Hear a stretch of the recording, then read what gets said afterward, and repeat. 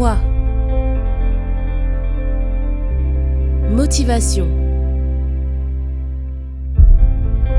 Surpassement. Fortifiez votre intérieur avec le moment de foi.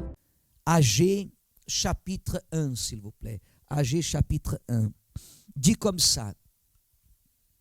La seconde année, verset 1, du roi Darius, le premier jour du 6e mois, c'est ça?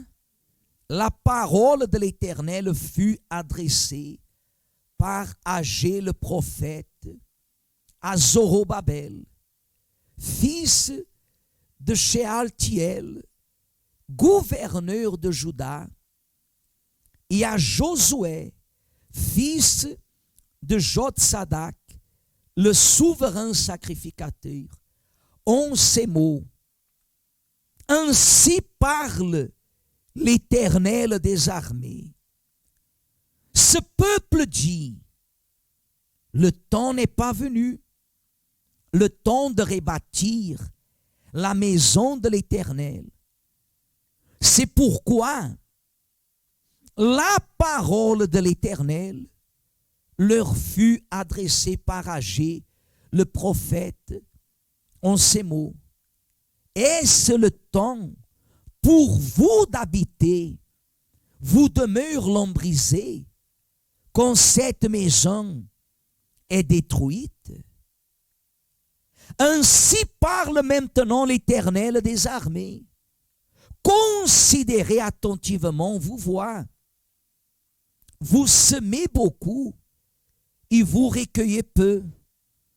Vous mangez et vous n'êtes pas rassasiés. Vous buvez et vous n'êtes pas désaltérés. Vous êtes vêtus et vous n'avez pas chaud.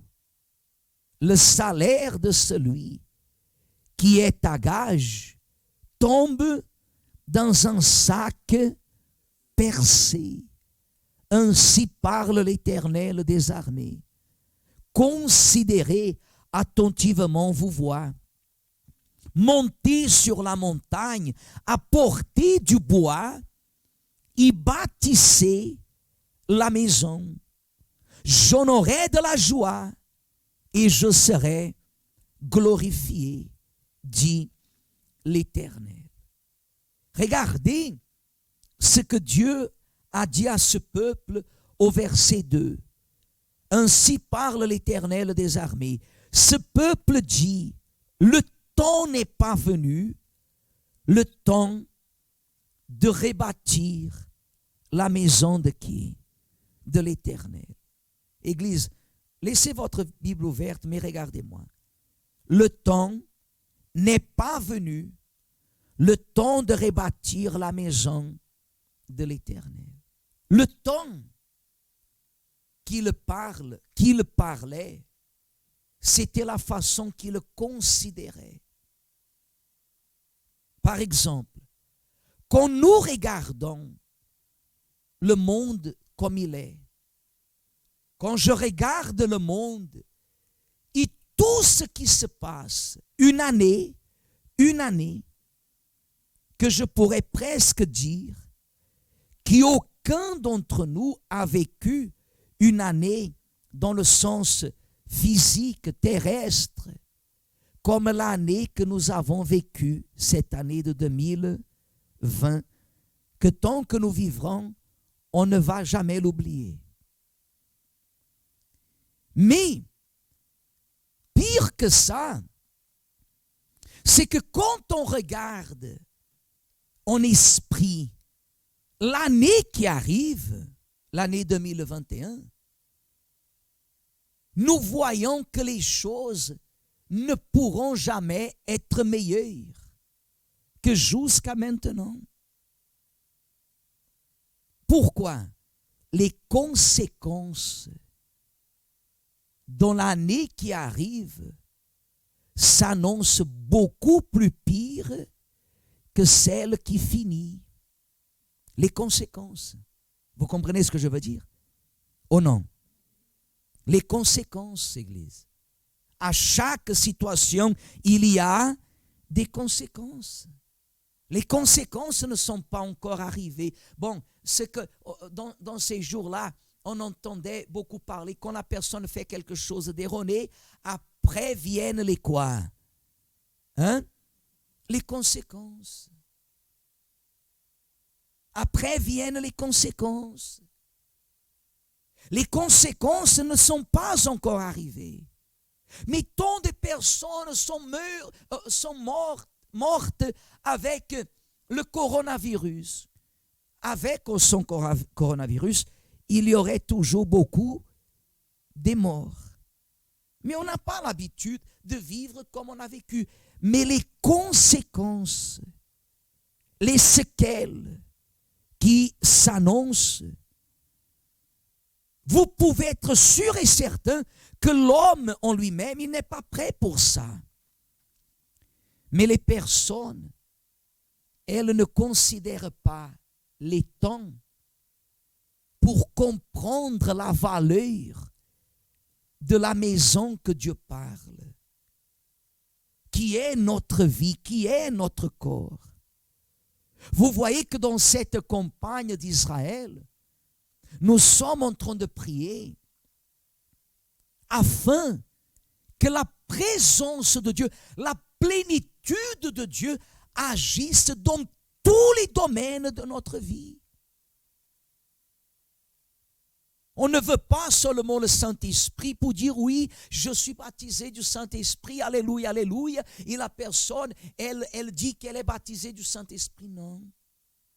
Le Saint-Esprit, il est visible par des fruits et des fruits qui glorifient à qui? À Dieu. Nous constatons qu'à l'Église, il y a des personnes qui ont la foi, qui croient être baptisées du Saint-Esprit. Mais elle n'est pas en train de viser, elle n'est pas en train de considérer si sa vie, elle porte du fruit qui glorifie à Dieu. Quand on parle à votre sujet, quand on regarde votre vie, quelle gloire Dieu il reçoit. Quelle gloire Dieu le reçoit. Quel témoignage je porte de la présence de Dieu en moi. Je peux conquérir, je peux avoir le succès, je peux avoir ce que je veux, avoir de l'argent, réussir dans mon salaire, avancer. Mais c'est ce qu'il dit. Est-ce le temps pour vous d'habiter, vous demeure l'ombrisée, quand cette maison, elle est quoi? Elle est détruite, au verset 4. Elle est détruite. Pourquoi? Parce qu'il y a des personnes qui agissent d'une façon fausse. Elle est dans l'apparence. Elle fait les choses dans l'apparence. Elle ne fait pas les choses avec de l'effort, du sacrifice. Ce qu'elle le fait si elle le peut.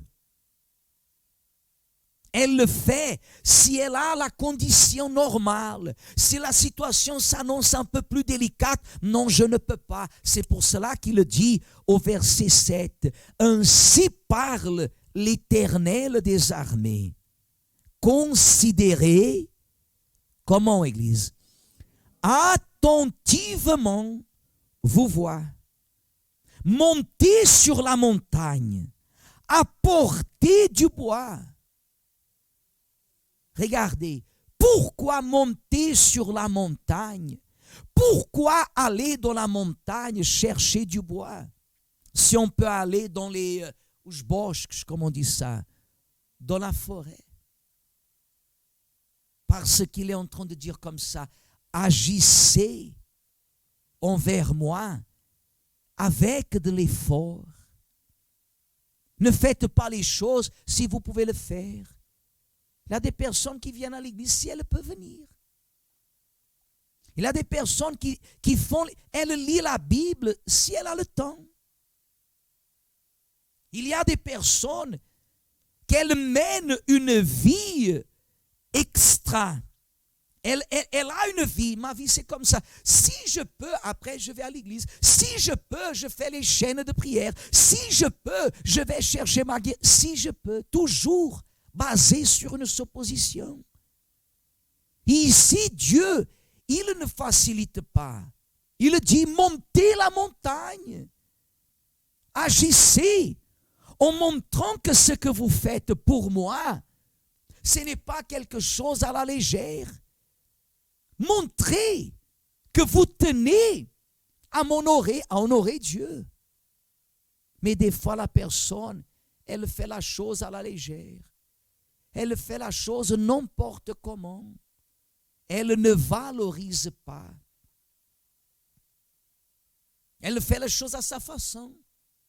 Regardez où la personne, elle tombe. Mon ego qui me guide. Mon ego qui me guide. Quand je sais que mon plus grand ennemi, ce n'est pas le diable. Mon plus grand ennemi, c'est mon ego. C'est mon moi. C'est mon ego. C'est mon plus grand ennemi. Pire que la sorcellerie. C'est lorsque je laisse ma volonté, mon orgueil, ma vanité, ma façon d'être, ma façon de penser, qui devient une arrogance et tant d'autres choses. Alors la vie de la personne, à l'église, elle n'est pas membre du corps de Christ. Elle n'est pas membre du corps de Christ. Elle n'est pas membre. Elle vient à l'église, mais elle n'est pas membre. Elle est membre de l'église, éventuellement, mais elle n'est pas membre du corps de Christ.